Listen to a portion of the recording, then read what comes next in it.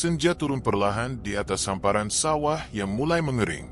Angin sore membawa aroma lumpur basah dan daun pisang yang lapuk. Di ujung jalan setapak, berdiri sebuah gubuk kecil beratap seng berkarat. Rumah Murni, perempuan yang sudah lama menjadi bahan gunjingan warga desa Karangjati.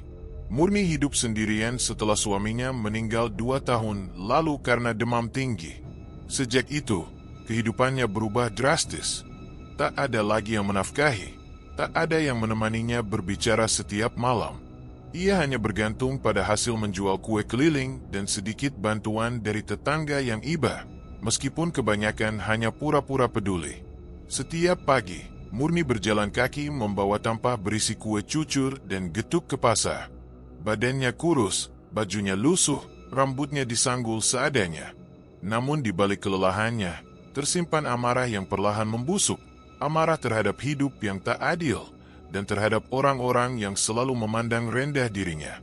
Lihat tuh si Murni, bajunya itu-itu saja. Katanya jualan, tapi kok tetap miskin. Suara Bu Ratna, tetangganya yang rumahnya megah dan berubin putih, terdengar dari seberang jalan suatu sore.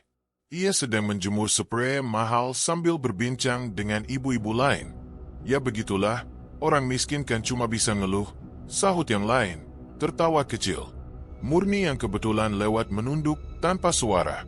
Ia pura-pura tidak dengar, tapi dadanya bergetar menahan marah. Di dalam hatinya, kata-kata itu menancap dalam. Ia tahu mereka menertawakannya, dan yang paling menyakitkan, Bu Ratna dulu adalah teman akrabnya sewaktu muda.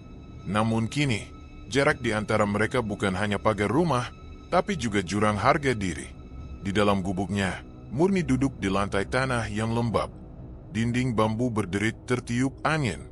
Ia menatap lampu minyak kecil di sudut ruangan, lalu menghela napas panjang. Sampai kapan aku begini? Gumamnya pelan. Ia memandangi gelang imitasi di tangannya, satu-satunya peninggalan suaminya. Dulu ia percaya kesederhanaan adalah bentuk kesabaran, tapi sekarang sabarnya menipis. Ia ingin membuktikan, kepada Bu Ratna terutama, bahwa dirinya bukan perempuan gagal. Ia ingin kaya, ingin dihormati, ingin membuat orang-orang itu menunduk di hadapannya. Namun, dunia tidak pernah memberi jalan mudah bagi orang miskin. Beberapa hari terakhir, Murni sering mendengar suara aneh saat malam tiba. Awalnya ia pikir itu hanya suara angin atau kodok dari sawah belakang. Tapi suara itu terasa berbeda, lebih berat, lebih berbisik seperti seseorang yang memanggil namanya dari kejauhan. Malam itu, udara terasa lebih lembab dari biasanya. Hujan baru saja reda, meninggalkan bau tanah yang menusuk. Murni duduk di depan tungku, menunggu air mendidih. Dari jendela kecil yang terbuka, ia melihat kabut tipis merayap dari arah sumur tua di belakang rumahnya. Sumur itu sudah lama tak dipakai sejak suaminya meninggal. Konon, sumur itu dalam sekali dan di bawahnya ada lorong yang menuju sungai bawah tanah. Tapi malam itu, Murni merasa ada sesuatu yang lain. Ada bisikan. Murni. Suara itu lirih, nyaris tak terdengar, namun jelas bukan suara manusia. Murni menoleh cepat. Matanya menatap keluar, ke arah sumur yang gelap dan basah. Ia bangkit perlahan, langkahnya ragu tapi rasa penasaran menuntunnya keluar. Angin bertiup dingin, membuat bulu kuduknya berdiri. Daun pisang bergoyang pelan, suara jangkrik mendadak lenyap. Dunia terasa hening. Murni, bisikan itu terdengar lagi, kali ini lebih dekat. Ia berdiri di bibir sumur, menatap ke dalam. Hanya kegelapan. Namun entah mengapa, hatinya bergetar. Ada sesuatu yang memanggilnya, sesuatu yang terasa menakutkan tapi juga menjanjikan. Murni, aku bisa membuatmu kaya, sangat kaya. Murni tertegun. Dadanya berdegup keras. Suara itu jelas bukan hayalan. Ia melangkah mundur, napasnya memburu. Siapa kau? Suaranya bergetar. Tak ada jawaban. Hanya bunyi gemericik air di dasar sumur dan desir angin yang semakin dingin. Namun di saat itulah, Murni melihat sesuatu. Sepasang mata berwarna hijau berkilat di kedalaman sumur, menatap langsung ke arahnya. Murni terpaku. Ia ingin berlari, tapi tubuhnya seolah membeku. Suara itu kembali terdengar, lebih jelas, lebih menggoda. Datanglah besok malam, bawa bunga melati dan darahmu sendiri. Lampu minyak di dapur tiba-tiba padam. Gelap menelan seluruh ruangan. Murni menjerit kecil, menjatuhkan baskom di tangannya. Tapi ketika ia menatap ke arah sumur lagi, mata hijau itu sudah hilang. Hanya ada kabut tipis yang melayang di atas air. Dan dalam hati kecilnya yang ketakutan, Murni tahu hidupnya baru saja mulai berubah. Malam itu begitu sunyi hingga desiran angin terdengar seperti bisikan rahasia. Bulan menggantung pucat di langit. Cahayanya memantul di permukaan sawah yang masih basah sisa hujan sore tadi. Dari dalam gubuknya yang gelap, Murni terbangun oleh suara samar yang entah dari mana datangnya. Murni. Suara itu lagi. Suara yang sama seperti malam sebelumnya. Murni duduk di tempat tidurnya yang berderit. Matanya memandang ke arah jendela bambu yang terbuka sedikit, membiarkan angin malam menerobos masuk. Bulu kuduknya meremang, tapi rasa penasaran mengalahkan ketakutannya. Ia berdiri perlahan, mengambil lampu minyak kecil, lalu melangkah keluar. Dari kejauhan, sumur tua di belakang rumahnya tampak seperti mulut kegelapan yang menunggu mangsanya. Kabut tipis menyelimuti tanah, menutupi sebagian jalan setapak. Setiap langkah Murni di atas tanah basah terdengar jelas dalam kesunyian malam. Murni. Bisikan itu kembali, lebih halus, lebih dekat. Suara itu tidak terdengar jahat, tapi ada sesuatu di dalamnya. Sebuah bujuk rayu yang lembut, seperti seseorang yang tahu persis apa yang paling diinginkan Murni. Ia mendekati sumur, menunduk perlahan. Permukaan air di dasar sumur bergetar meski tak ada angin.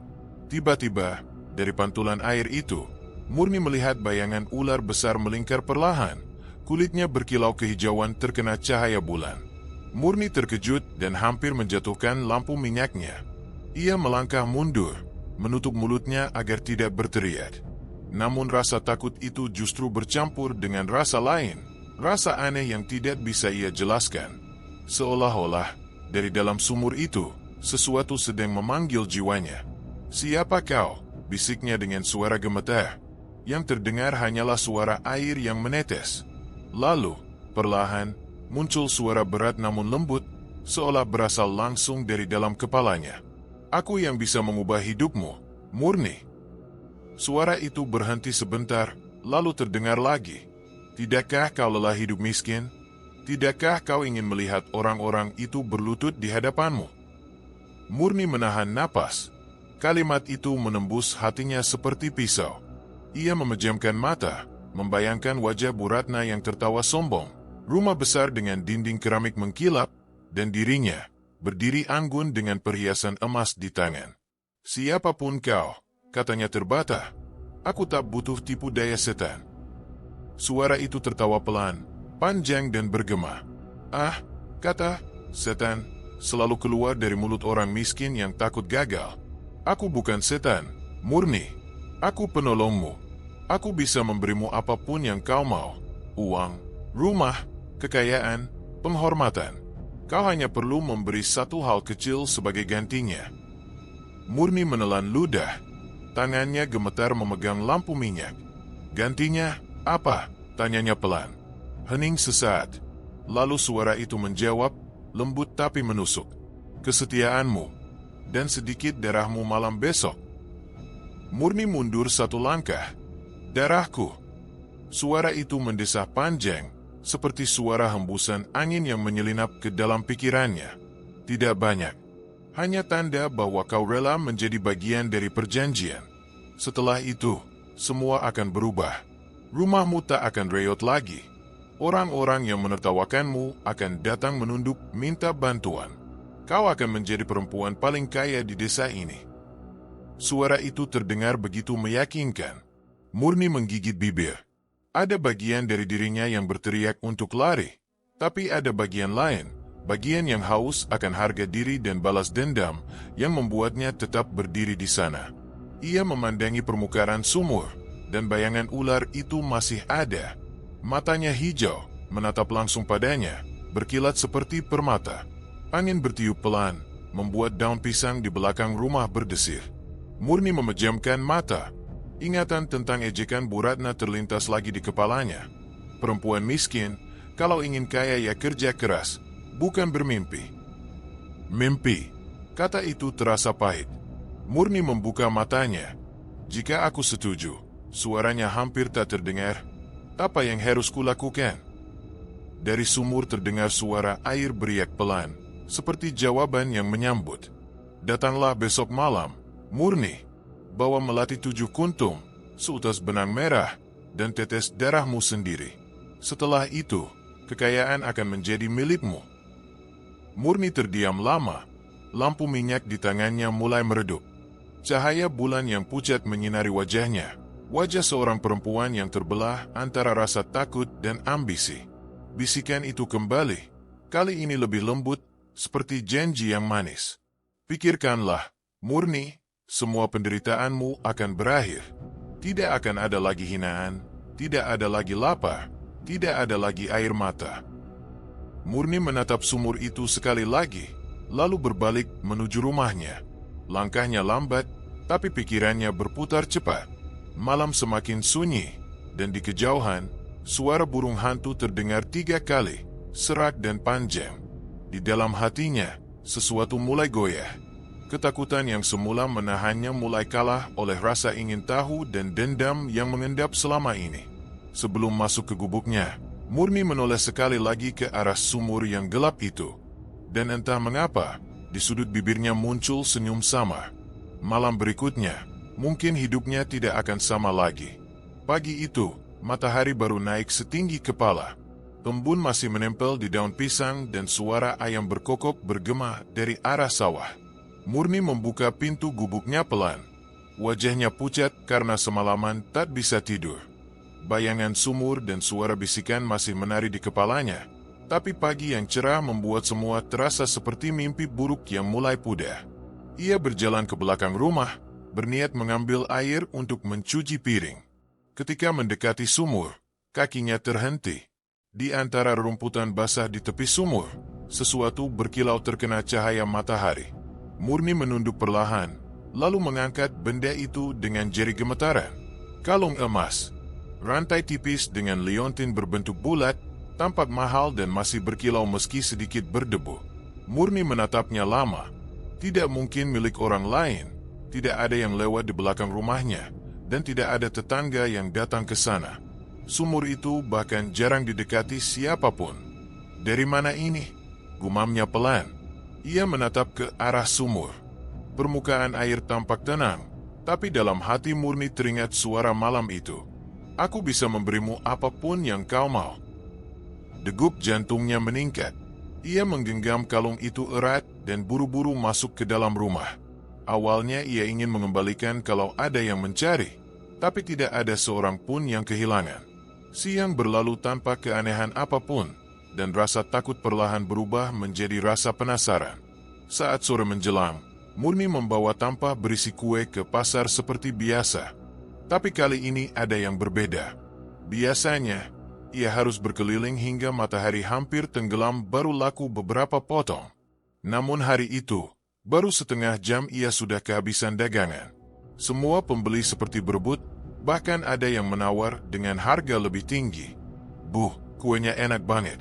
Besok saya pesan 2 tampah ya," ujar salah satu pelanggan sambil tersenyum lebar. Murni hanya bisa mengangguk bingung. Tangannya gemetar memegang uang yang diberikan. Uang itu terasa panas, tapi entah kenapa hatinya bergetar oleh perasaan bahagia yang sulit dijelaskan. Sepulang dari pasar, ia menghitung hasil jualannya. Uang yang biasanya hanya cukup untuk makan 2 hari kini berlipat hampir 5 kali lipat. Di atas meja bambu, ia meletakkan kalung emas itu, menatapnya lama. "Mungkinkah ini pertanda?" bisiknya. Malam mulai turun. Angin berhembus lembut dari jendela, membawa aroma tanah basah. Murni duduk di dekat lampu minyak, menghitung uang sambil tersenyum kecil. Untuk pertama kalinya dalam waktu lama, wajahnya tampak tenang. Namun di luar, suasana terasa berbeda. Bulan muncul di langit, bulat sempurna. Cahayanya jatuh tepat di sumur belakang rumah. Dari kejauhan terdengar suara gemericik air, padahal tak ada angin yang meniup. Saat Murni hendak menutup pintu, suara itu datang lagi. Lembut, halus, tapi jelas. Murni. Ia terdiam. Nafasnya tertahan. Ia menatap keluar, dan meski tak ada siapa-siapa, ia tahu dari mana suara itu berasal. Sudahkah kau melihat tanda pertamaku? Suara itu berbisik lembut, seolah mengalun langsung ke dalam pikirannya. Murni menelan ludah, berusaha menenangkan diri. Kalung itu dan uang ini darimu. Suara itu tertawa pelan, seperti desis ular yang berbaur dengan angin malam. Bukan dari aku, tapi dari nasibmu yang mulai berubah. Kau sudah dipilih, Murni. Tapi ingat, bisikan itu berhenti sebentar, lalu berlanjut dengan nada yang lebih dalam. Jangan katakan apapun kepada siapapun. Rahasia ini hanya antara kau dan aku. Jika kau menceritakan pada orang lain, maka yang kau dapatkan akan hilang. Murni memejamkan mata. Rasa takutnya kembali, tapi kali ini berbeda. Ada semacam rasa hormat dan keinginan untuk memelihara rahasia itu. Ia merasa istimewa, seolah dipilih oleh sesuatu yang kuat dan misterius. Malam makin larut. Di luar, suara jangkrik berhenti mendadak. Murni berdiri di ambang pintu, memandangi sumur yang tenggelam dalam cahaya bulan. Permukaannya tampak berkilau, dan sekelebat bayangan seperti ekor ular terlihat melintas di dalamnya sebelum menghilang. Ia menarik napas panjang, lalu berbisik lirih. Kalau benar ini takdirku, aku tak akan menyia-nyiakannya. Angin berhembus lembut, membawa bisikan samar yang nyaris tak terdengar. Bagus, Murni, tapi ingat, kekayaan hanya untuk yang tahu cara menyimpannya. Lampu minyak di meja tiba-tiba berkedip dan redup. Ruangan menjadi dingin. Murni menatap kalung emas di tangannya sekali lagi. Di matanya, kilau emas itu seperti menari, indah, menggoda, tapi juga menyimpan sesuatu yang gelap. Murni tersenyum tipis. Ia tahu hidupnya sedang berubah, dan meski belum sepenuhnya sadar, malam itu adalah langkah pertama menuju jalan yang tak bisa ia putar kembali. Pagi di desa Karangjati terasa berbeda. Burung-burung berkicau riang, dan cahaya matahari menembus sela pepohonan jati di belakang rumah Murni. Tapi kali ini, yang mencolok bukanlah keindahan alamnya, melainkan gubuk reot Murni yang tiba-tiba tampak berubah. Atap seng yang dulu berkarat kini diganti dengan genteng merah baru. Dinding bambu yang rapuh sudah berganti papan kayu halus. Bahkan, di depan rumah kecil itu kini berdiri pagar sederhana dari semen. Tak ada yang tahu kapan semua itu dikerjakan. Warga hanya terheran-heran karena dalam waktu semalam, rumah yang dulu tampak menyedihkan kini tampak seperti rumah orang berada. Lihat, itu rumahnya Murni. Yah, kok bisa berubah begini? Bisik seorang ibu yang lewat membawa ember cucian. Katanya dia dapat warisan dari saudaranya di kota. Jawab yang lain. Tapi aku dengar, semalam tak ada tukang yang datang. Aneh ya? Murni mendengar bisik-bisik itu dari jendela, tapi ia hanya tersenyum kecil. Kali ini bukan senyum malu seperti dulu, melainkan senyum penuh kepuasan. Ia berdiri di depan cermin, mengenakan kebaya baru berwarna hijau zamrud dan kalung emas yang kini menggantung di lehernya setiap hari. Biar mereka lihat, gumamnya sambil membetulkan sanggulnya. Aku juga bisa hidup seperti orang kaya. Hari-hari berikutnya, perubahan Murni semakin nyata. Ia mulai jarang bergaul dengan tetangga. Jika dulu sering menyapa dan menolong, kini ia lebih banyak di rumah, menghitung uang hasil jualannya yang entah kenapa semakin melimpah setiap hari. Pelanggan datang sendiri ke rumahnya, memesan dalam jumlah besar. Tak satu pun dari mereka tahu dari mana semua keberuntungan itu datang. Sementara itu, Bu Ratna yang dulu suka meremehkan, mulai menunjukkan wajah penasaran. Suatu siang, ia datang ke rumah Murni dengan alasan membeli kue. Wah, rumahmu sekarang bagus ya, Murni. Siapa yang bantu renovasi? Tanyanya dengan senyum yang dipaksakan. Murni menatapnya dari balik pintu, senyum tipis di bibirnya. Cuma rezeki kecil, Bu. Tuhan memang kadang adil pada orang yang sabar. Nada suaranya terdengar lembut, tapi dalam kata-katanya terselip sindiran halus. Bu Ratna terdiam, merasakan sesuatu yang asing dari sikap Murni. Perempuan yang dulu penurut dan sederhana itu kini tampak anggun tapi dingin, seolah tak lagi memandang siapapun di sekitarnya. Setelah Bu Ratna pergi, Murni menatap kalungnya di cermin. Kilau emasnya memantul di matanya yang kini terlihat sedikit lebih tajam dari biasanya. "Mereka semua akan tahu rasanya diremehkan," katanya pelan. "Aku akan lebih kaya dari siapapun di desa ini." Namun di balik senyum puas itu, ada sesuatu yang berubah di dalam dirinya. Kadang, ia mendengar suara halus di telinganya setiap malam, suara yang menuntun dan memuji. "Lihat, Murni, orang-orang itu kini menunduk padamu. Bukankah ini yang kau inginkan?" Suara itu terdengar lembut, seperti desis angin yang menggoda. Murni tidak tahu apakah itu hayalan atau kenyataan, tapi setiap kali suara itu datang, dadanya terasa hangat, dan pikirannya dipenuhi rasa percaya diri yang luar biasa. Namun semakin hari, suasana rumahnya mulai terasa janggal. Ayam peliharaannya sering menatap ke arah sumur dan berkokok malam-malam. Kucing liar enggan masuk ke halaman. Dan setiap kali Murni keluar rumah menjelang senja, ia sering mencium aroma wangi melati yang muncul entah dari mana. Malam itu, setelah menghitung uang hasil dagangan, Murni merebahkan diri di tempat tidur. Lampu minyak di sudut kamar berkelip pelan, menebarkan cahaya kuning redup. Ia tersenyum puas sebelum terlelap, tapi tidurnya tidak tenang.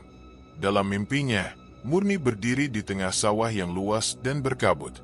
Dari kejauhan, ia melihat ular putih besar merayap mendekatinya. Tubuhnya berkilau di bawah cahaya bulan. Ular itu melingkar perlahan di sekeliling tubuhnya. Kulitnya dingin dan licin, tapi tidak melukai. Suara lembut yang familiar terdengar dari arah kepala ular itu. "Murni, kekayaanmu baru dimulai. Jangan takut. Aku hanya datang untuk melindungimu." Murni ingin menjawab, tapi suaranya tertahan. Ia menatap mata ular itu, hijau terang, indah sekaligus menakutkan. Saat tubuh ular itu melilit pinggangnya semakin erat, Murni justru merasa nyaman, seolah sedang dipeluk sesuatu yang kuat. Namun, ketika ular itu mulai naik ke arah lehernya, ia merasa sulit bernapas. Lidah bercabang hewan itu menjilat dagunya perlahan, dan Murni terbangun dengan napas terengah-engah. Lampu minyak padam. Kamarnya gelap total. Di luar, hujan turun rintik-rintik, dan suara gemericik air terdengar dari arah sumur. Murni memegang lehernya, dan terkejut. Kulitnya terasa dingin, lembab, seperti baru disentuh sesuatu. Di ujung jari, menempel sisik tipis berwarna putih keperakan. Ia menatapnya lama, tubuhnya bergetar. Tapi setelah beberapa detik, ia tersenyum samar. "Kalau ini harga yang harus kubayar," gumamnya pelan, "aku tidak menyesal." Di luar, kilat menyambar, menyinari wajah Murni yang setengah diterangi cahaya. Dan di dinding kamar, bayangan samar berbentuk ular tampak merayap perlahan sebelum lenyap di telan gelap. Malam di desa Karangjati terasa lebih gelap dari biasanya. Langit tanpa bintang, hanya bulan pucat menggantung di antara awan yang menebal. Di halaman belakang rumah Murni, sumur tua berdiri diam, seperti menunggu sesuatu. Angin malam berhembus pelan, membawa aroma tanah basah yang anehnya bercampur wangi melati. Murni terbangun tiba-tiba. Entah mengapa, jantungnya berdegup cepat. Ia merasa seperti dipanggil. Suara lembut, hampir seperti bisikan, terdengar samar dari arah sumur. "Murni, sudah waktunya." Ia menegakkan tubuh, matanya menatap keluar jendela. Dari celah tirai, terlihat sinar bulan menyorot tepat ke arah sumur. Suara itu terdengar lagi, kali ini lebih jelas. "Berikan aku persembahan, darah untuk pengikat janji." Murni memegangi dadanya. Tenggorokannya kering. Ia tahu suara itu, suara yang sama dari mimpinya, suara sang siluman ular putih. "Persembahan darah," bisiknya pelan. "Untuk apa?" Tak ada jawaban. Hanya angin yang berdesir, dan suara air sumur yang bergolak pelan seperti mendidih. Murni bangkit perlahan. Tangannya gemetar ketika ia membuka pintu dapur dan berjalan ke belakang. Setiap langkah terasa berat. Bayangan dirinya di tanah tampak bergetar, seolah sedang berjalan bersama sesuatu yang tak kasat mata. Ia sampai di dekat kandang ayam. Di dalam, beberapa ekor ayam jantan tampak gelisah, berkokok pelan meski malam sudah larut. Tapi matanya tertuju pada satu ayam hitam, berdiri di sudut kandang, menatap ke arah sumur dengan kepala miring. Yang hitam, suara itu berdesis dari dalam pikirannya. Yang paling kuat, yang paling tua. Murni menarik napas dalam. Tapi, ini dosa, bisiknya lemah. Dosa? Apa dosamu jika hanya membalas hidup yang kejam padamu? Suara itu menggoda lembut. Mereka menertawakanmu dulu. Sekarang kau bisa buktikan kau lebih tinggi dari mereka. Sedikit darah saja, Murni, hanya sedikit. Tangan Murni gemetar saat meraih parang kecil di rak dapur. Ia menatap benda itu lama, seolah menimbang antara takut dan keinginan. Tapi dalam hatinya, bayangan Bu Ratna yang sering menghina muncul lagi. Tawa sinis, ucapan merendahkan, pandangan jijik setiap kali ia lewat. Wajahnya mengeras. Baik, katanya akhirnya. Hanya kali ini saja. Ia keluar ke halaman belakang. Ayam hitam itu digendongnya, berontak di pelukannya, berkokok keras seolah tahu nasibnya. Di tepi sumur, Murni berdiri dalam diam. Bulan di atas kepalanya tertutup awan, dan dunia terasa sepi. Ia memejamkan mata. Dengan satu tarikan napas, parang itu meluncur. Suara sayatan tajam terdengar.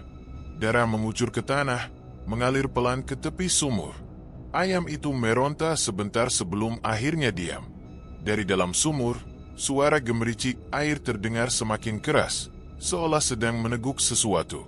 Murni menatap dengan wajah pucat.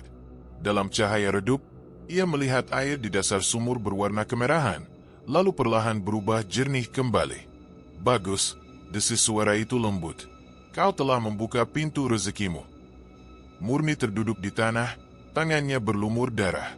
Ia merasa jijik pada dirinya sendiri, tapi di sisi lain ada rasa lega aneh yang tak bisa dijelaskan, campuran antara ngeri dan harap.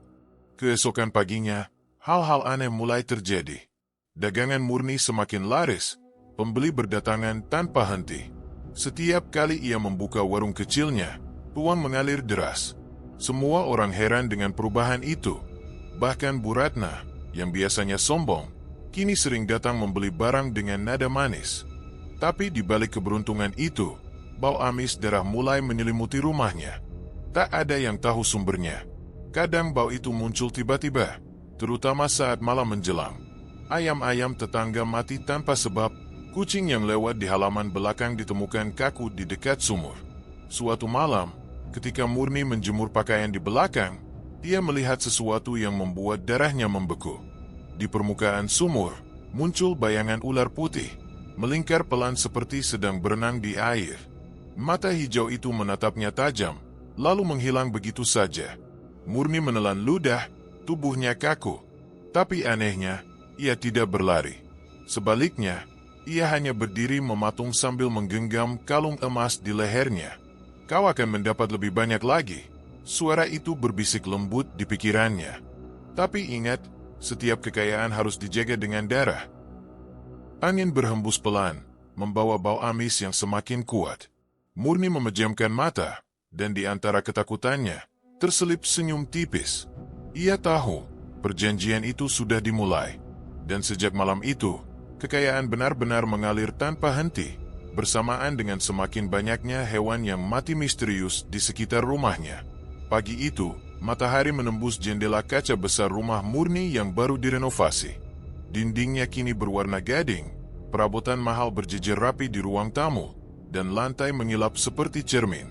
Siapapun yang melewati jalan depan rumahnya pasti berhenti sejenak untuk menatap dengan takjub, atau iri. Rumah Reyot yang dulu dipenuhi debu kini berubah menjadi rumah paling megah di desa Karangjati. Murni berhasil mendapatkan apa yang dulu hanya ia impikan. Uang, harta, perhiasan, semuanya datang dengan mudah, seperti ditarik oleh kekuatan tak kasat mata. Namun, di balik senyum dan kemewahan itu, Murni menyimpan sesuatu yang tidak diketahui siapapun. Ia jarang keluar rumah, jarang berbicara. Kadang-kadang, Ia menatap sumur belakang dari balik jendela, dengan wajah tegang dan mata kosong. Hari-harinya penuh diam.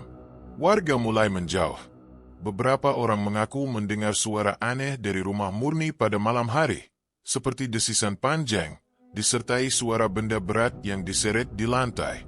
Bu Ratna, yang dulu sering menghina, kini justru enggan lewat depan rumah itu. Entah apa yang dilakukan janda itu, gumamnya pada tetangga lain. Rumahnya mewah, tapi auranya dingin. Setiap kali aku lewat, bulu kuduku berdiri.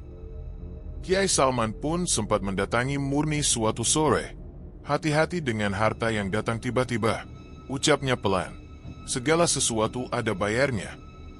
Murni hanya tersenyum tipis, tapi tatapan matanya kosong.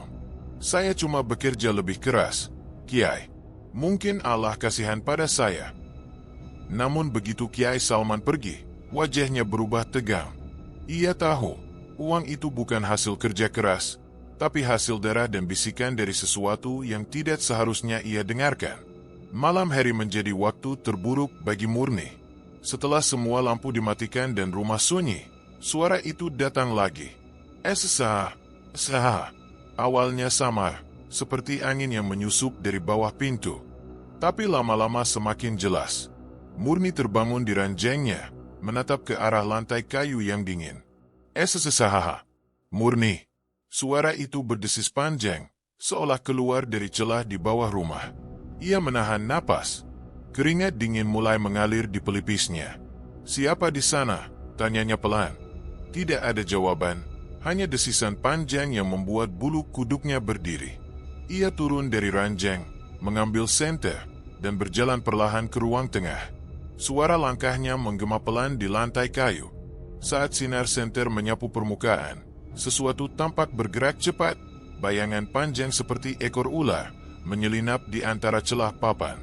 Jantung Murni berdetak semakin kencang. Tidak, itu cuma perasaanku, bisiknya. Tapi suaranya sendiri bergetar.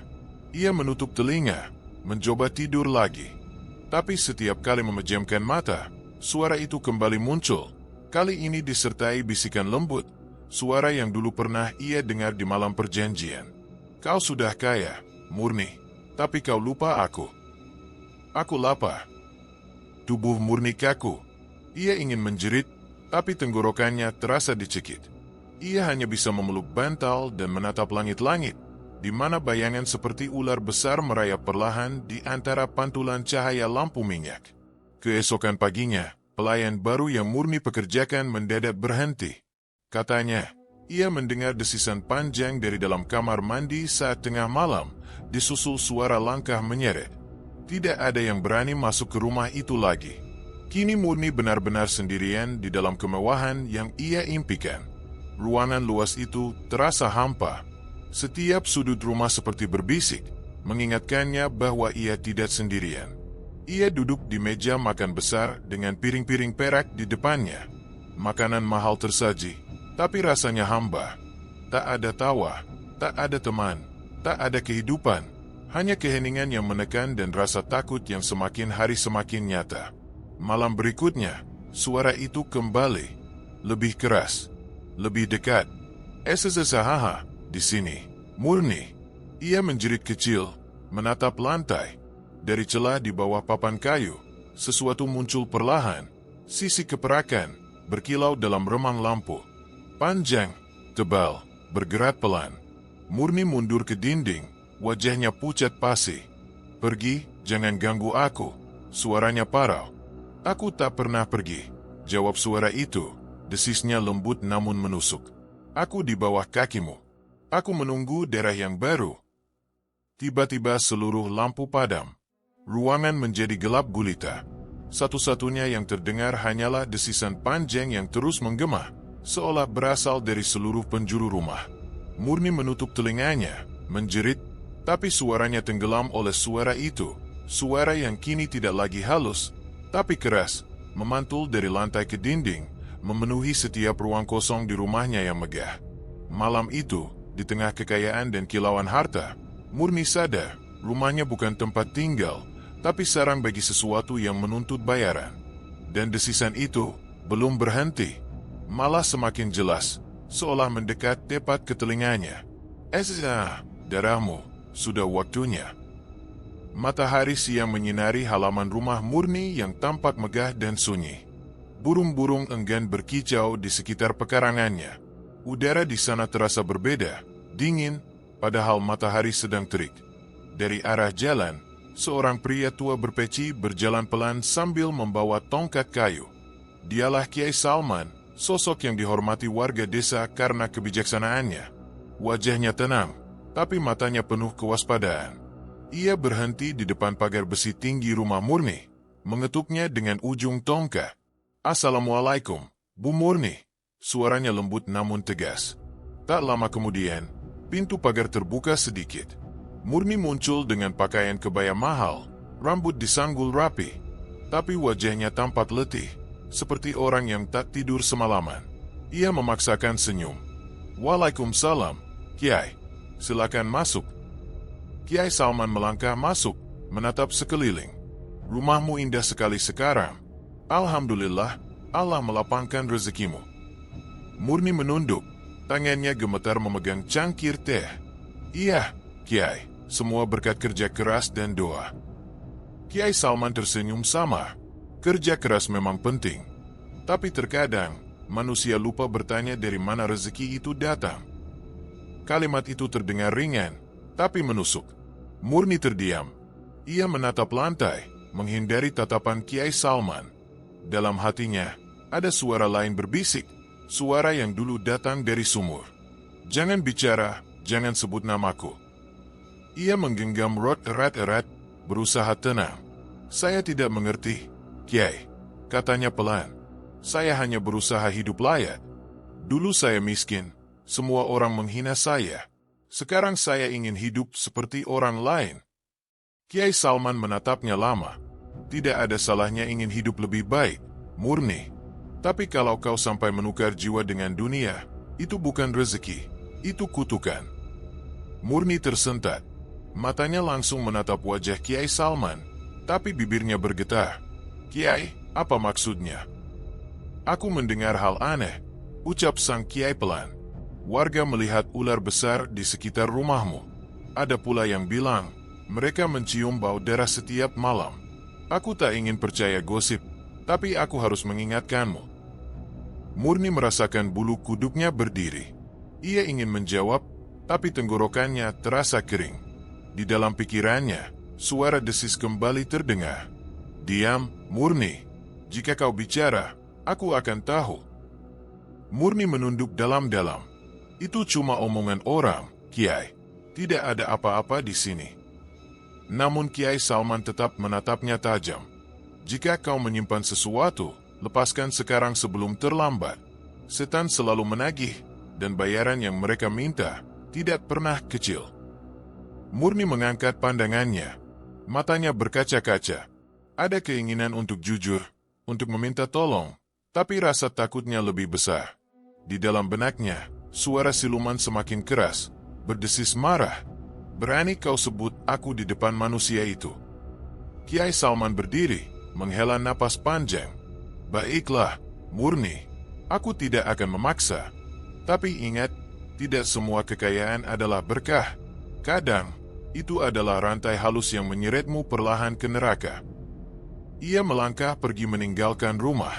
Saat pintu pagar tertutup, Murni langsung terduduk di lantai ruang tamu. Tangannya gemetar hebat, wajahnya pucat. "Aku tidak bilang apa-apa," katanya terbata. "Aku tidak bocorkan rahasia kita." Tapi ruangan mendadak dingin. Angin berhembus dari arah sumur belakang, masuk melalui celah lantai. Tirai menari pelan, dan di sela-selanya terdengar suara desis panjang. "Kau hampir mengkhianatiku, Murni." Murni menatap sekeliling. "Tidak, aku tidak," serunya panik. Tapi suara itu tak berhenti. Dari arah lantai, terdengar suara benda berat menyeret, lalu bunyi seperti sesuatu merayap pelan. "Kau bicara dengan manusia suci itu. Aku tahu setiap kata yang keluar dari mulutmu. Jangan ulangi itu lagi, atau aku akan ganti kau dengan yang baru." Lantai kayu di depan Murni bergetar. Ia menjerit kecil, mundur ke dinding. Dari celah papan, muncul ujung ekor ular putih, licin dan berkilau, menggesek lantai hingga terdengar bunyi mendecit halus. Aku yang memberi segalanya, desisnya pelan. Dan aku pula yang berhak mengambilnya kapan saja. Air mata mengalir di pipi Murni. Aku mohon, jangan ganggu aku. Aku tidak akan bicara lagi. Suara itu tertawa lirih, dalam dan menggema. Bagus, ingat, kekayaanmu hanya bertahan selama lidahmu tidak mengkhianati sumpah. Setelah itu, semua kembali sunyi. Tapi hawa di dalam rumah berubah. Dingin, berat, mencekik. Murni menatap cermin di ruang tamu. Wajahnya tampak berbeda. Pucat, mata cekung, senyum samar muncul tanpa ia sadari. Dan di belakang bayangan dirinya, terlihat sekilas sosok ular besar melingkar pelan, mengawasinya. Ia menutup mata, menggigit bibir. Dalam keheningan itu, suara desisan terakhir terdengar begitu dekat, seolah tepat di telinganya. Ingat, Murni, pengkhianat selalu diganti. Angin malam bertiup lembab, membawa aroma tanah basah dari kebun belakang. Bulan bersembunyi di balik awan tebal, meninggalkan langit dalam kegelapan pekat. Di kejauhan, anjing-anjing menggonggong panjang, seolah tahu ada sesuatu yang tidak wajar sedang bergerak malam itu. Di antara bayangan rumah-rumah desa yang tertidur, Bu Ratna melangkah perlahan dengan senter kecil di tangan. Ia mengenakan daster lusuh dan sandal jepit. Tatapan matanya waspada, penuh rasa ingin tahu bercampur dengki. Pasti ada sesuatu di rumah itu, gumamnya pelan. Kok bisa si Murni mendadak kaya begitu? Dulu aja makan singkong aja susah. Ia menatap ke arah rumah Murni yang berdiri megah dan sunyi di ujung jalan. Semua lampu sudah padam. Hanya cahaya remang dari ruang tengah yang samar menembus tirai tebal. Bu Ratna menunggu beberapa saat, memastikan tidak ada yang melihat, lalu membuka pagar pelan-pelan. Suara engsel berderit halus, tapi cukup membuat jantungnya berdebar. Ia menahan napas, melangkah masuk ke halaman yang dingin. Suara jangkrik mendadak berhenti ketika ia melewati taman. Di situ, aroma anyir samar tercium. Ia berhenti sejenak, mengernyit. Aneh, kayak bau darah, bisiknya. Ia menyorotkan senter ke tanah. Ada jejak seperti bekas geseran besar, memanjang dari arah sumur ke pintu belakang. Seperti tubuh ular yang baru saja melintas. Tapi Bu Ratna menggeleng cepat, menepis pikirannya sendiri. Ah, palingan cuma bekas selang air. Pintu dapur tak terkunci. Ia mendorongnya perlahan dan masuk ke dalam rumah. Suasana di dalam lembab, sepi, dan gelap. Ia bisa mendengar detak jantungnya sendiri. Dari ruang tengah, terlihat perabot mahal, vas porselen, lukisan besar, dan cermin besar di dinding. Namun matanya tertarik pada satu hal. Pintu kayu di ujung lorong, sedikit terbuka. Dari celahnya keluar hawa dingin yang tidak wajar. Ia berjalan ke arah sana, langkahnya pelan tapi penuh rasa penasaran. Saat mendorong pintu itu, engsel berdecit panjang. Di dalam kamar itu, tidak ada perabot mahal. Hanya kendi hitam besar di pojok ruangan, ditutup kain merah tua. Di sekitarnya berserakan bunga melati layu dan lilin padam. Bau amis semakin menyengat. Apa ini? Bu Ratna menelan ludah. Kendi kayak gini buat apa? Ia berjongkok, memegang kain penutup kendi. Tangan tuanya bergetar. Cuma lihat sebentar aja nggak apa-apa, kan? Perlahan ia membuka kain merah itu. Begitu penutup tersingkap, hawa dingin menampar wajahnya. Dari dalam kendi terdengar suara mendesis pelan, seperti napas makhluk hidup. Bu Ratna terlonjak, menjatuhkan senter. Cahaya berputar di lantai, membuat bayangan di dinding bergerak aneh. Ia memungutnya buru-buru dan menyorot ke arah kendi. Ada sesuatu yang berkilat di dalamnya, seperti sisik. Dan tiba-tiba, sesuatu bergerak cepat. Kendi itu bergetar keras, lalu pecah dari dalam, melemparkan pecahan ke segala arah. Dari pecahan itu keluar seekor ular besar berwarna putih keabu-abuan. Tubuhnya sebesar paha orang dewasa, matanya merah menyala, lidahnya menjulur panjang. Astagfirullah, jerit Bu Ratna. Ular itu mengangkat kepalanya tinggi-tinggi, berdesis keras. Suaranya dalam, menggema di seluruh ruangan. Bu Ratna mundur tersandung, menabrak meja kecil hingga vas jatuh pecah.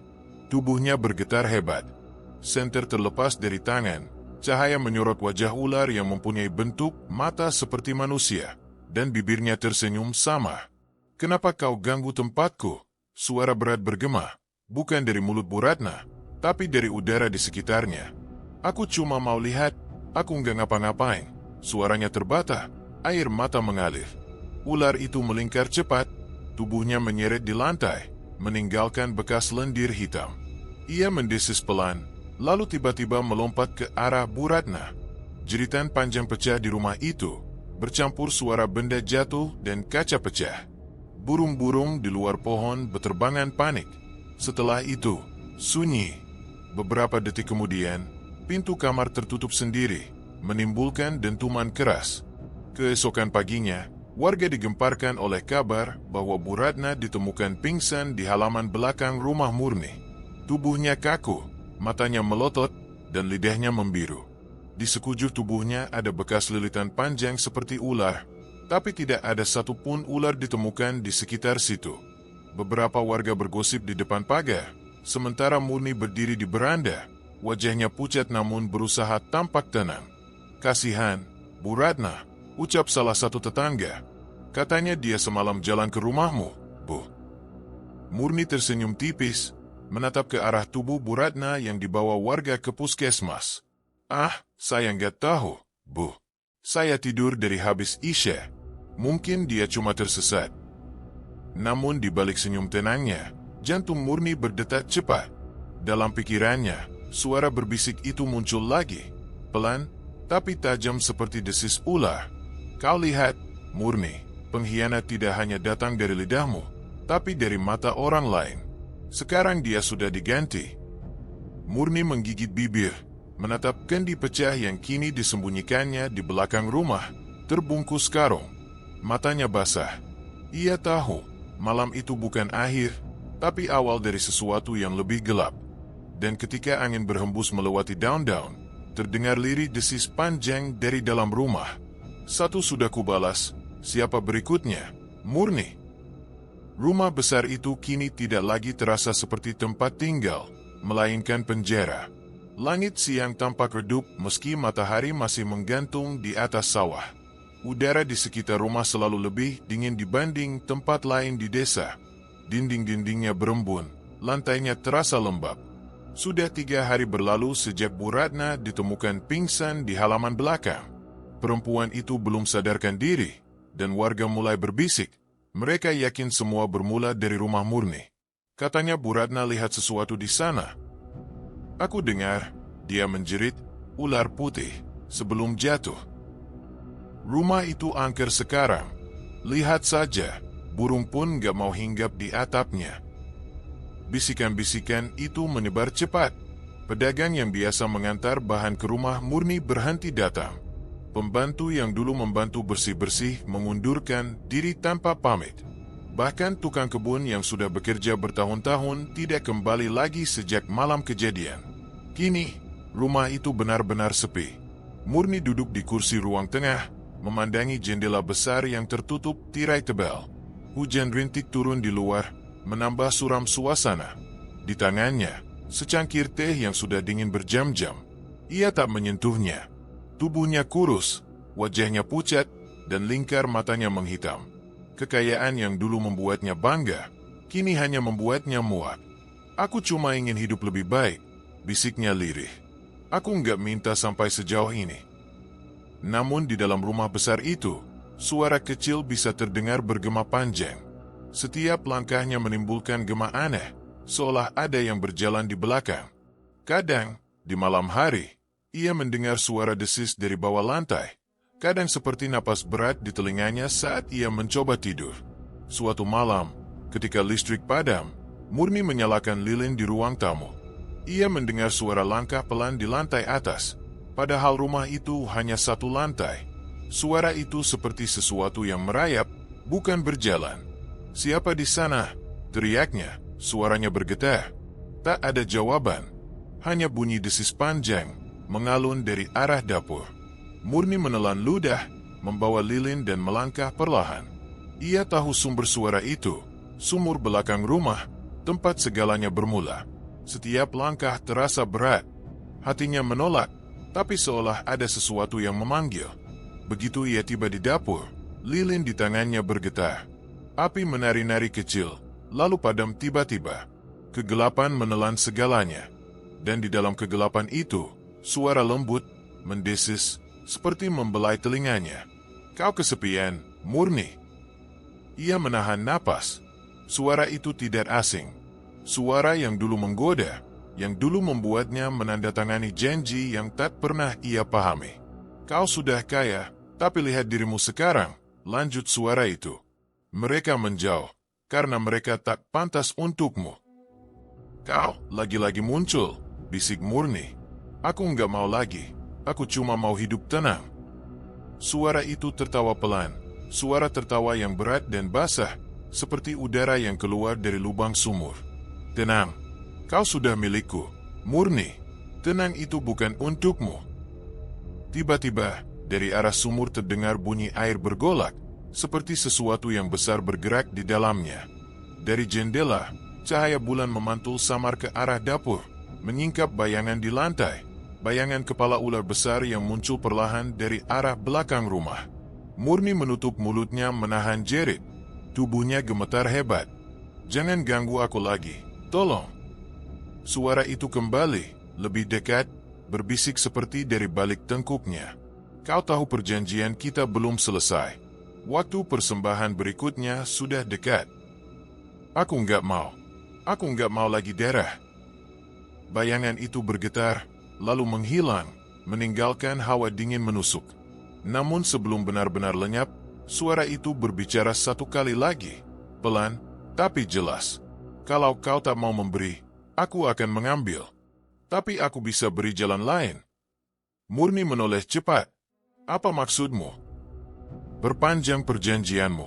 Aku beri kau 10 tahun lagi. Tak ada darah manusia, hanya sumpah. Tapi kau harus mengizinkanku tinggal bersamamu selamanya. Suara itu lenyap bersamaan dengan getaran aneh di lantai. Air di kendi hitam yang disembunyikan di gudang belakang tiba-tiba bergelembung, seolah mendidih. Murni terduduk lemas. Dadanya sesat. Air mata menetes di pipinya, menandai keputusasaannya yang makin dalam. Ia tahu, apapun pilihannya nanti, hidup atau mati, semua tetap dalam genggaman siluman itu.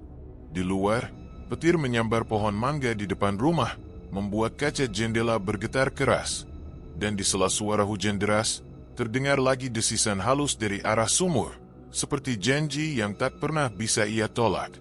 Pikirkan, Murni, kalau kau tak meneruskan, kau akan kehilangan segalanya. Malam itu, hujan turun deras, membasahi genteng rumah Murni yang mulai bocor di sana-sini. Air menetes dari langit-langit, jatuh di lantai marmer yang kini kusam. Lampu-lampu temaram berkelap-kelip, seolah tak kuat bertahan di tengah hawa aneh yang menyelimuti rumah itu. Murni duduk di ruang tengah, memandangi perabot mewah yang kini tampak kusam. Tirai robek di tepinya, meja penuh debu, dan dinding berjamur. Rumah yang dulu menjadi simbol kejayaannya kini terasa seperti makam megah tanpa kehidupan. Sudah seminggu ini, usaha Murni ambruk. Pelanggannya satu persatu berhenti datang. Barang dagangannya basi, uang tabungannya tiba-tiba lenyap tanpa jejak. Semua yang ia pegang seperti hilang makna. Kenapa semua ini terjadi? Suaranya serak, hampir seperti bisikan pada dirinya sendiri. Namun jauh di dalam pikirannya, Murni tahu jawabannya, karena ia menolak tawaran siluman seminggu lalu. Tawaran yang menjanjikan 10 tahun lagi kekayaan, dengan satu syarat kecil, nyawa manusia. Ia ingat malam itu. Suara siluman yang muncul dari balik sumur terdengar berat, seperti datang dari dasar bumi. Kau sudah menikmati hasilnya, Murni. Tapi semua rezeki butuh darah untuk hidup. Kau harus mengganti. Tidak, aku sudah muat, teriak Murni malam itu. Aku nggak mau lagi jadi pembunuh. Suara itu hanya tertawa, panjang dan dalam, menggema dari dasar sumur hingga ke dinding rumah. Kau pikir bisa lepas? Tidak ada yang bisa bebas dari janji darah.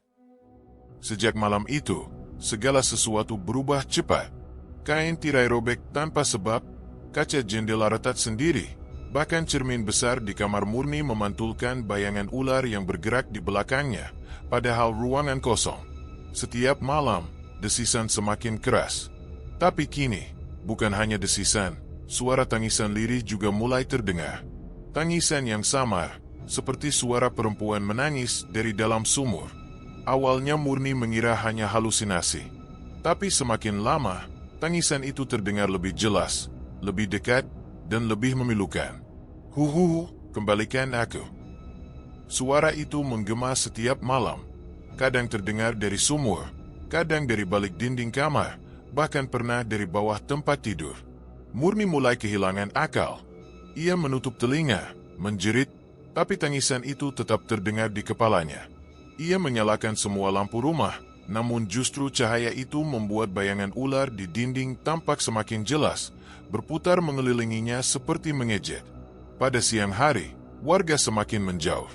Ada yang mengaku melihat bayangan kepala ular besar muncul dari jendela rumah Murni saat senja. Ada pula yang mendengar suara seseorang menangis setiap malam dari arah rumah itu. Kiai Salman datang ke rumahnya sore itu, membawa air doa. "Murni," katanya lembut, "berhentilah menolak pertobatan. Kau tidak sendirian. Masih ada jalan kembali." Namun Murni hanya diam. Ia menunduk, air matanya menetes ke lantai. "Aku sudah terlambat, Kiai. Aku sudah menjual semuanya, bahkan diriku sendiri." Kiai Salman menatapnya dengan iba. "Tidak ada yang terlalu terlambat untuk Tuhan, Nak. Asal kau mau jujur dan benar-benar bertaubat."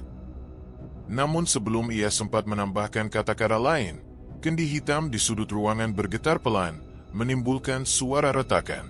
Air di dalamnya memancar keluar seperti darah yang mendidih. Dari sana, terdengar desisan panjang. Kiai Salman segera membaca doa, tapi udara mendadak berat, membuat lilin-lilin di meja padam satu persatu. "Kiai," bisik Murni lirih, dia marah.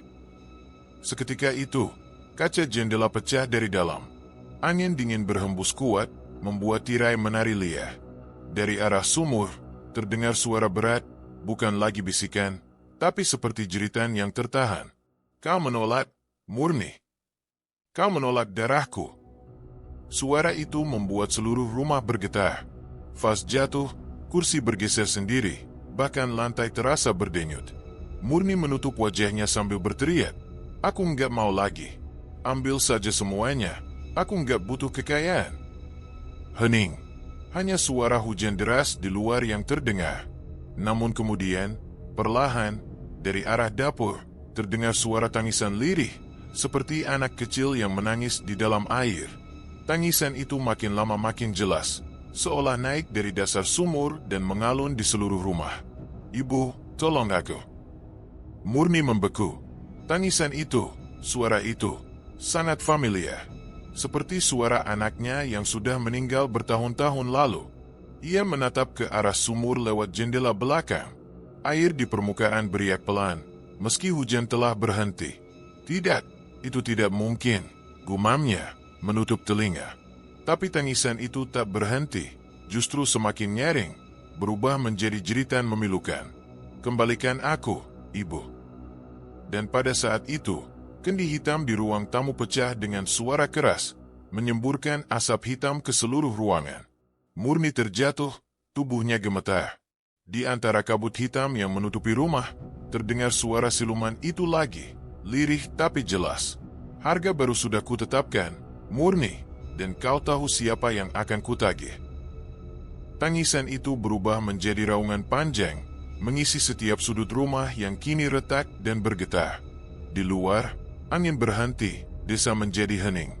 Tapi dari arah rumah Murni, terdengar suara tangisan yang tak pernah berhenti sepanjang malam, tangisan yang membuat setiap orang di desa menutup pintu dan berdoa dalam ketakutan. Hujan baru saja reda ketika Murni mengetuk pintu rumah Kiai Salman. Bajunya basah kuyup, rambutnya acak-acakan, dan wajahnya pucat pasi. Nafasnya tersengal-sengal seolah baru berlari jauh. "Kiai, tolong saya, Kiai." Suaranya serak, hampir tak terdengar. Kiai Salman yang tengah duduk membaca Al-Quran di ruang depan menatapnya dengan prihatin. "Masuklah, nak. Duduk dulu. Ceritakan semuanya pelan-pelan." Murni menggenggam tangannya sendiri, bergetar hebat. "Saya sudah kehilangan semuanya. Dagangan, uang, semua habis. Tapi bukan itu yang menakutkan. Saya mendengar tangisan dari sumur setiap malam, Kiai. Suara itu memanggil saya, memanggil nama saya dengan suara anak kecil." Kiai Salman menarik napas panjang. Ia sudah menduga. Wajahnya menegang. Itu bukan suara anak kecil, Murni. Itu jerat. Siluman itu meniru suara yang paling melemahkan imanmu. Air mata mengalir di pipi Murni. "Saya nggak mau lagi terikat dengan dia, Kiai. Saya ingin lepas. Saya ingin hidup seperti dulu." Kiai Salman menatapnya dalam-dalam. "Kalau begitu, kau harus siap. Perjanjian darah tidak bisa diputus dengan kata-kata. Hanya dengan pengorbanan dan doa yang tulus." "Apa yang harus saya lakukan, Kiai?" "Kau harus berpuasa 3 hari. Tidak makan, tidak tidur di malam hari. Dan setiap tengah malam kau harus membaca doa di depan sumur tempat kau membuat perjanjian itu." Murni menelan ludah. "Di depan sumur itu?" "Ya," jawab Kiai Salman tegas.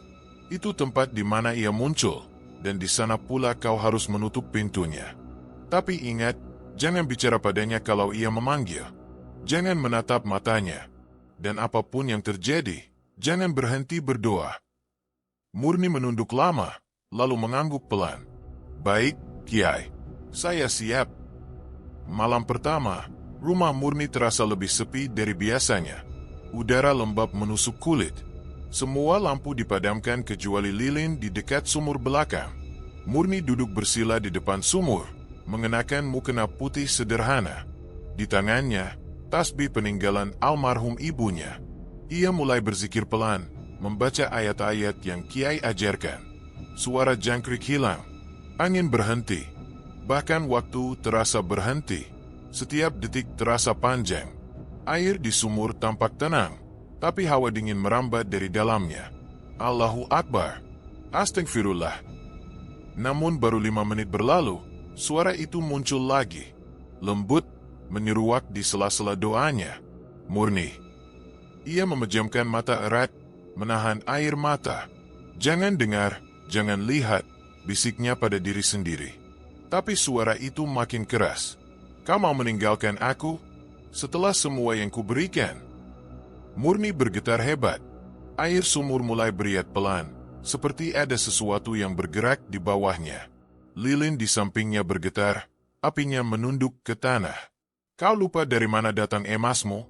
Kau lupa siapa yang membuat mereka tunduk padamu?" "Aku menyesal," bisik Murni lirih, matanya masih tertutup. "Aku hanya ingin lepas darimu." Tiba-tiba, air sumur memancar ke atas, membasahi mukenanya. Angin dingin menyapu wajahnya. Suara tawa berat menggema di sekitar. "Lepas? Kau pikir mudah lepas dariku, perempuan serakah?" Murni menjerit kecil tapi tetap membaca doa. Suaranya bergetar. Tangannya memegang tasbih erat, bibirnya terus bergerak meski giginya bergemeletuk. "La ilaha illallah, la ilaha illallah." Tapi suara tawa itu makin keras, bercampur dengan bunyi gesekan sisik di lantai. Dari dalam sumur, sesuatu mulai naik perlahan. Kepala ular besar, berwarna keperakan, matanya menyala merah. Tubuhnya memantulkan cahaya lilin yang menari liar. "Berhenti, Murni," desis makhluk itu. "Kalau kau teruskan, rumah ini akan kubakar bersama jiwamu." Namun Murni menutup telinga, terus membaca doa lebih keras, hingga suaranya hampir seperti jerit. Air di sumur meluap, membentuk pusaran gelap. Dari pusaran itu, muncul wajah yang menyerupai dirinya sendiri, tapi pucat, tanpa mata, tersenyum miring. "Aku adalah dirimu yang kau kubur di dalam sana," katanya dengan suara berganda.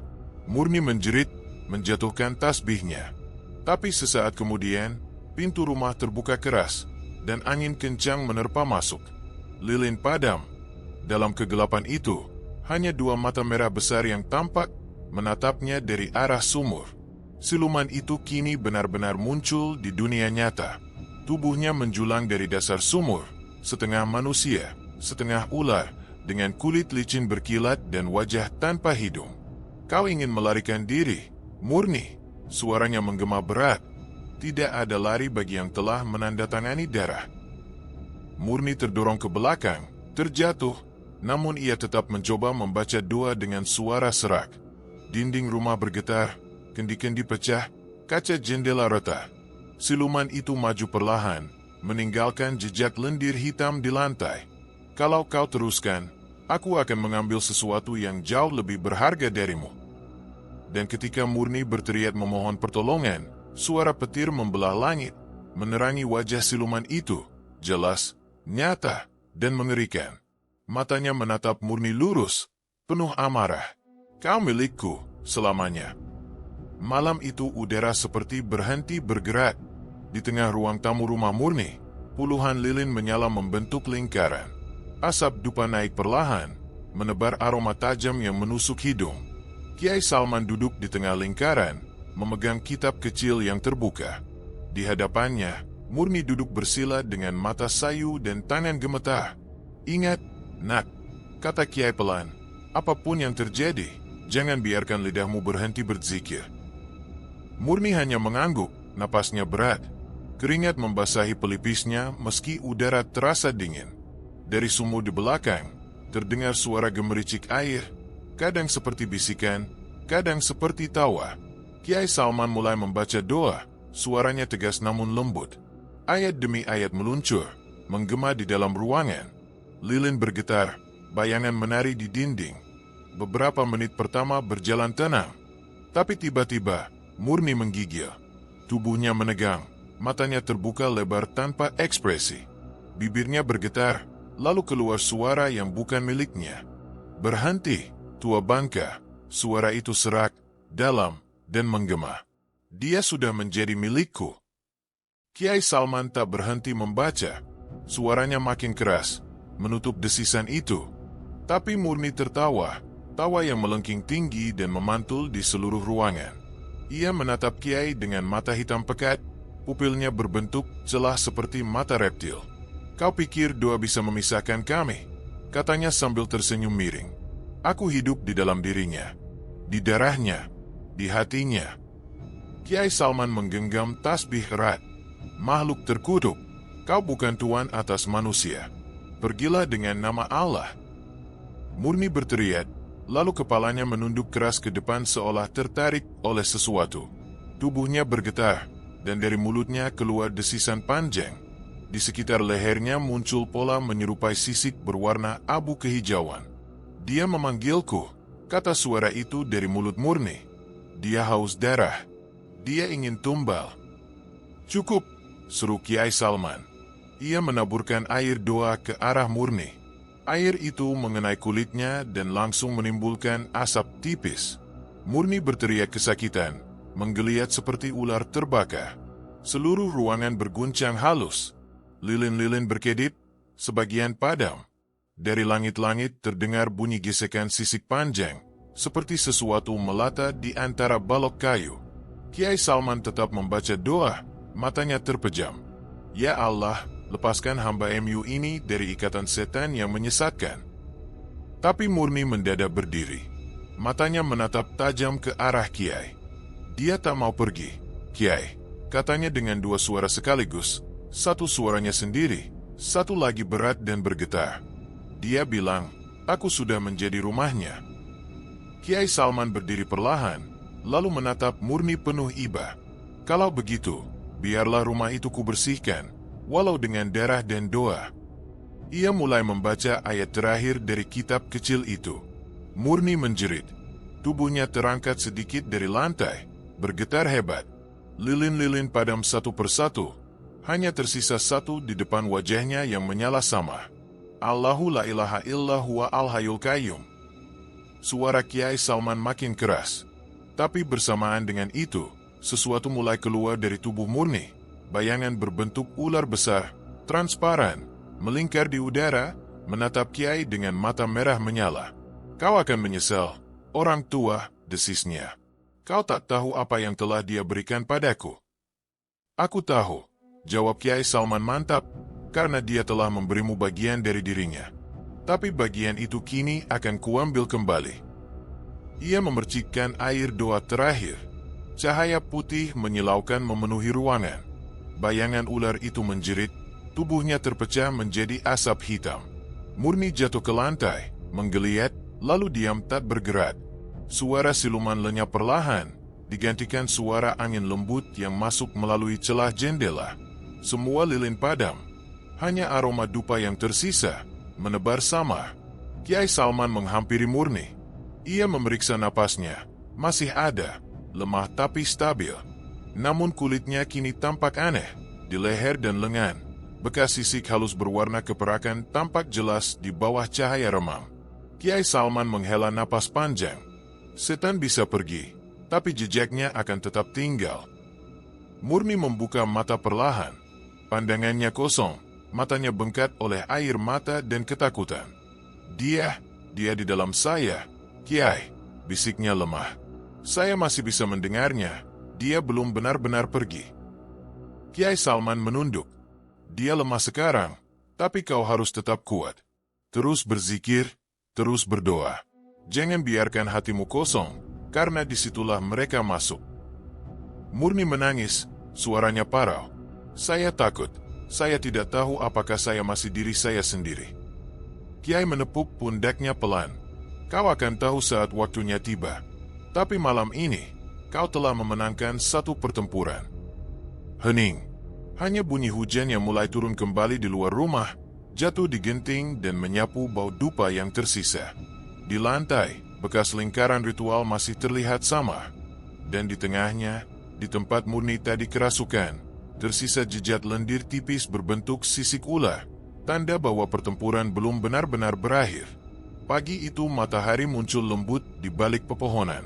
Kabut tipis masih menggantung di antara batang bambu, dan burung-burung berkicau seperti menyambut hari baru.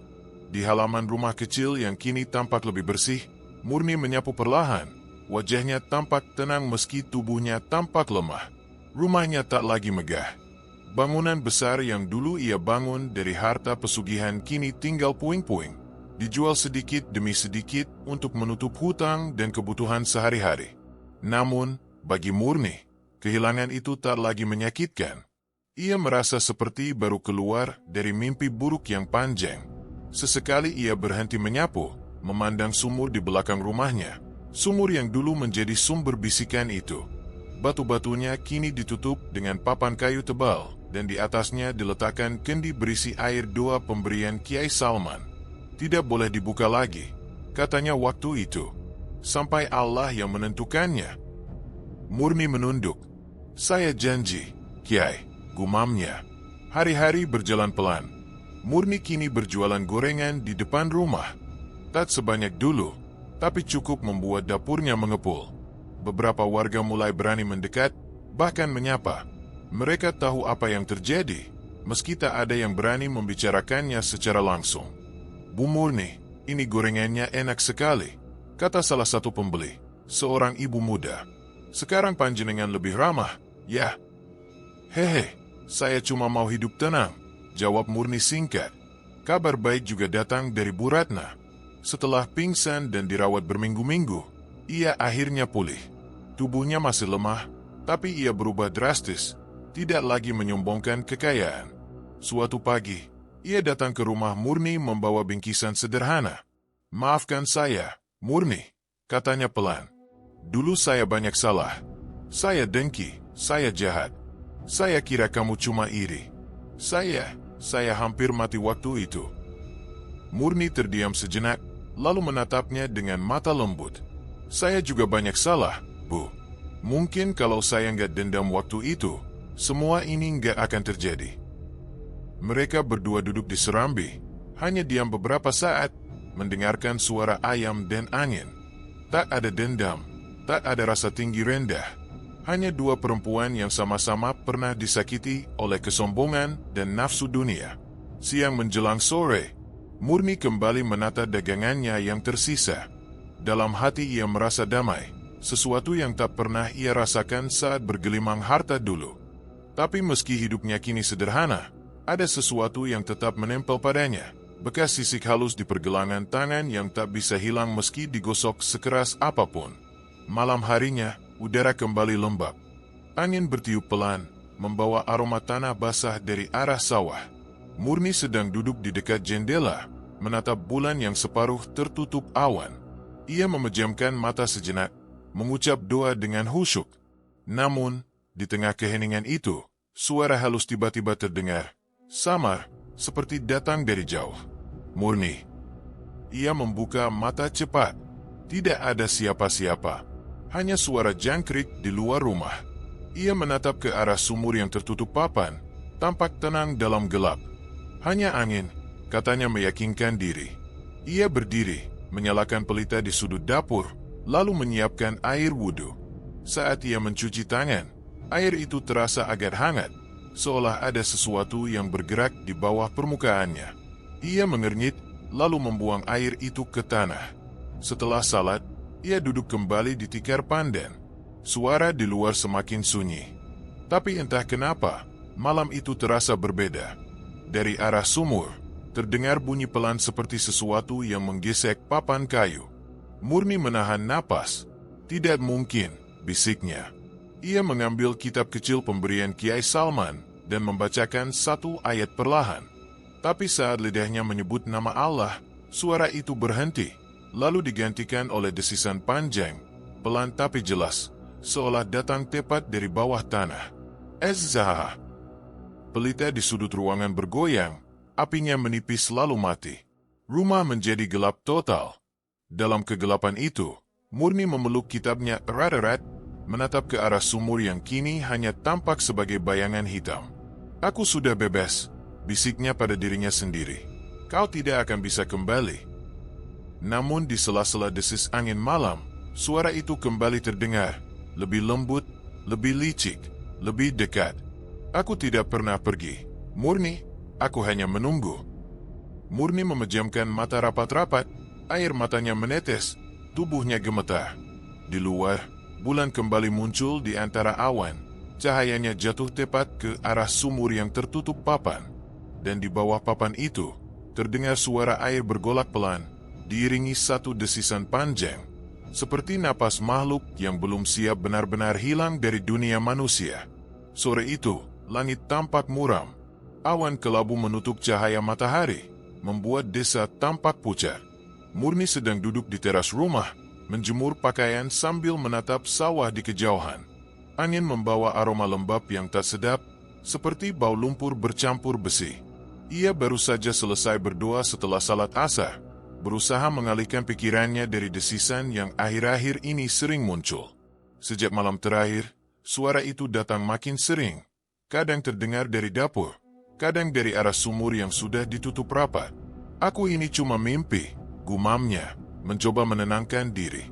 Namun ketika ia menoleh ke arah jalan tanah di depan rumah, sesuatu membuatnya tercekat. Seekor ular kecil berwarna hijau kehitaman tampak melata pelan di antara batu, menuju tangga rumah. Ukurannya kecil, tapi gerakannya halus dan menatap lurus ke arahnya seolah mengenalinya. Murni berdiri dengan tubuh gemetar. Astagfirullah, bisiknya. Ular itu berhenti di depan kakinya, menggulung tubuhnya, lalu menjulurkan lidah dengan suara desis pelan. Tak ada yang aneh, tapi tatapan mata binatang itu membuat Murni menggigil. Matanya seperti mata yang pernah ia lihat dalam mimpinya dulu. Mata siluman itu. Murni mundur beberapa langkah, lalu mengambil sapu lidi. Dengan tangan gemetar, ia mengangkat ular itu menggunakan ujung sapu, lalu membawanya jauh ke pinggir jalan. Dari sana, ia melemparkannya ke arah sungai kecil di belakang rumah. Ia menatap air yang beriat pelan. Jangan ganggu saya lagi, tolong. Namun ketika air sungai kembali tenang, Murni mendengar suara yang samar, bukan desisan kali ini, melainkan tawa kecil, pelan tapi menusuk hati. Ia terdiam, bulu kuduknya meremang. Malam datang cepat hari itu. Hujan turun gerimis, menimbulkan suara lembut di atap seng. Murni duduk di ruang tengah, memeluk lutut sambil menatap api pelita yang bergoyang. Sejak ular itu muncul, perasaannya tak enak. Ia merasa seperti sedang diawasi. Tiba-tiba, dari luar rumah, terdengar suara langkah pelan di tanah basah. Stat, stat. Langkah itu berhenti tepat di depan pintu. Murni menahan napas. Tak ada siapa-siapa yang biasanya datang malam-malam begini. Ia menunggu, tapi langkah itu berhenti begitu saja. Lalu, suara bisikan halus terdengar dari arah sumur. Murni. Murni langsung berdiri, menatap ke arah belakang rumah. Papan penutup sumur itu tampak bergeser sedikit, seperti ada sesuatu yang bergerak di bawahnya. "Siapa di sana?" serunya dengan suara bergetar. Tak ada jawaban, hanya suara desisan pelan yang kini berubah menjadi bisikan jelas. Perjanjian belum selesai. Pelita di ruang tengah bergetar dan padam, membuat ruangan gelap total. Hanya kilat dari luar yang sesekali menyinari wajah Murni yang pucat. Ia memeluk kitab kecil pemberian Kiai Salman, membaca doa yang diingatnya. Tapi lidahnya terasa kaku, suaranya tercekat di tenggorokan. "Ya Allah, lindungi hamba MU." Dari arah dapur terdengar bunyi sesuatu jatuh, kendi air yang pecah. Lalu disusul suara air menetes, padahal tidak ada hujan yang bocor ke dalam. Air itu terus menetes pelan, dan setiap tetesnya menimbulkan gema panjang, seperti jatuh ke tempat dalam sumur. Murni berlari ke kamar, menutup pintu rapat. Ia duduk di sudut ruangan, wajahnya pucat pasi. Tubuhnya gemetar, napasnya tersengal. Ia merasa udara di dalam rumah berubah dingin, seperti ada sesuatu yang menyerap kehangatan dari sekitarnya. "Aku sudah menebusnya, aku sudah berdoa," katanya lirih, nyaris menangis. Namun dalam kegelapan, suara itu kembali datang, lebih dekat. "Kau memberi satu, tapi mengambil dua." Murni menutup telinga, tapi suara itu terdengar dari dalam pikirannya. Ia menjerit, lalu tubuhnya melemah. Pandangannya berkunang. Dunia terasa berputar. Ketika Bu Ratna datang keesokan paginya untuk mengantarkan makanan, ia menemukan Murni terbaring di lantai ruang tamu. Wajahnya pucat, tubuhnya lemas. "Ya Allah, Murni!" serunya panik. Ia segera memanggil tetangga lain dan membawa Murni ke tempat tidur. Tubuh Murni panas tinggi, tapi tangannya dingin seperti es. Bibirnya terus bergerak, berbisik sesuatu yang tak jelas. "Dia belum pergi," katanya lirih sebelum matanya terpejam lagi. Malam berikutnya, ketika semua sudah tidur, angin bertiup pelan membawa bau amis dari arah sumur yang tertutup papan. Papan itu sedikit terangkat, seperti ada sesuatu dari bawah yang perlahan mendorong ke atas. Dan di dalam rumah Murni, ia terbaring dengan wajah pucat, napasnya tersengal. Sementara dari dalam tenggorokannya terdengar suara samar, desisan lembut, panjang, dan berulang. Fajar belum sepenuhnya menyingsing. Langit di timur masih kelabu, sementara kabut tipis menyelimuti jalan tanah di depan rumah Murni. Ayam-ayam belum berkokok, dan embun di dedaunan tampak seperti air mata pagi. Bu Ratna berjalan tergesa sambil membawa termos air panas. Sejak semalam, ia tak tenang. Hatinya terus merasa ada sesuatu yang tak beres. Rumah Murni gelap dan sepi, padahal biasanya ia bangun lebih awal untuk menanak nasi. "Murni," panggilnya pelan sambil mengetuk pintu. Tak ada jawaban. Ia mencoba lagi, kali ini lebih keras. Pintu sedikit terbuka, tak terkunci. Dari dalam, keluar bau aneh, seperti anyir bercampur tanah basah. Bu Ratna menelan ludah, lalu melangkah masuk. Suara langkahnya menggema di lantai kayu yang lembab. "Murni, kau di dalam." Ketika sampai di kamar, tubuhnya langsung lemas. Murni terbaring di atas ranjang bambu, tubuhnya kaku dengan wajah pucat kebiruan. Matanya terbuka sedikit, menatap langit-langit kosong, seperti masih melihat sesuatu yang tak bisa dijelaskan. Bu Ratna menjerit. Suaranya menggema keluar rumah, membuat beberapa tetangga datang berlari. Dalam sekejap, halaman rumah Murni dipenuhi warga desa. Kiai Salman datang terakhir, mengenakan sarung dan sorban lusuhnya. Wajahnya tegas, tapi sorot matanya penuh duka. Ia mendekati tubuh Murni dengan langkah perlahan. "Innalillahi wa inna ilaihi raji'un." Ia menatap wajah Murni lama, lalu menarik kain untuk menutupi tubuhnya. Namun saat tangannya menyentuh pergelangan Murni, ia mendapati sesuatu yang membuatnya tertegun.